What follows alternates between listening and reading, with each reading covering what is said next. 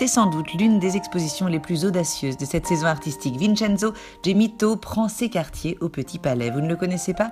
C'est assez normal. Cette immense figure de l'art napolitain est un grand oublié de nos cours d'histoire de l'art. Qu'à cela ne tienne, nous allons vous raconter sa fabuleuse histoire. Comment ce garçon des rues, artiste virtuose à 10 ans à peine, s'inspirant des humbles gens qu'il croisait dans les rues, les enfants pêcheurs ou les fabricants de crèches, a-t-il réussi à devenir l'une des personnalités les plus fortes de l'art italien de la fin du 19e siècle?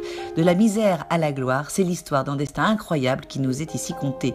S'il est mondialement connu pour ses sculptures, Gemito est aussi un dessinateur hors pair, comptant de remarquables portraits de célébrités comme Verdi, que des figures qui mettent en scène le petit peuple napolitain, peu importe. Et quel sens du détail, des portraits en 3D qui crèvent littéralement la toile. Regardez, Gemito est un enfant des rues, un mendiant adopté, obnubilé par la sculpture depuis son plus jeune âge, un génie comme il ne s'en fait plus, celui qui introduira un réalisme exacerbé dans l'art.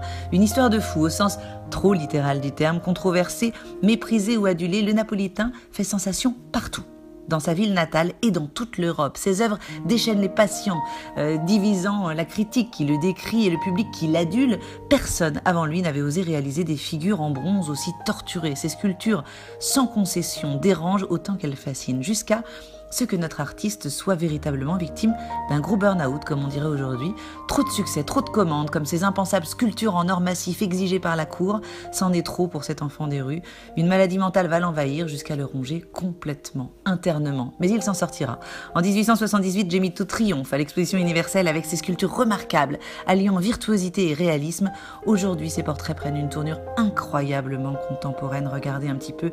Le détail des expressions est absolument saisissant, étonnant de vivacité et de naturel. Des œuvres virtuoses de réalisme. L'occasion de revenir en 130 chefs-d'œuvre sur le génie d'un artiste injustement oublié, permettant enfin de saisir toute la puissance novatrice de son œuvre.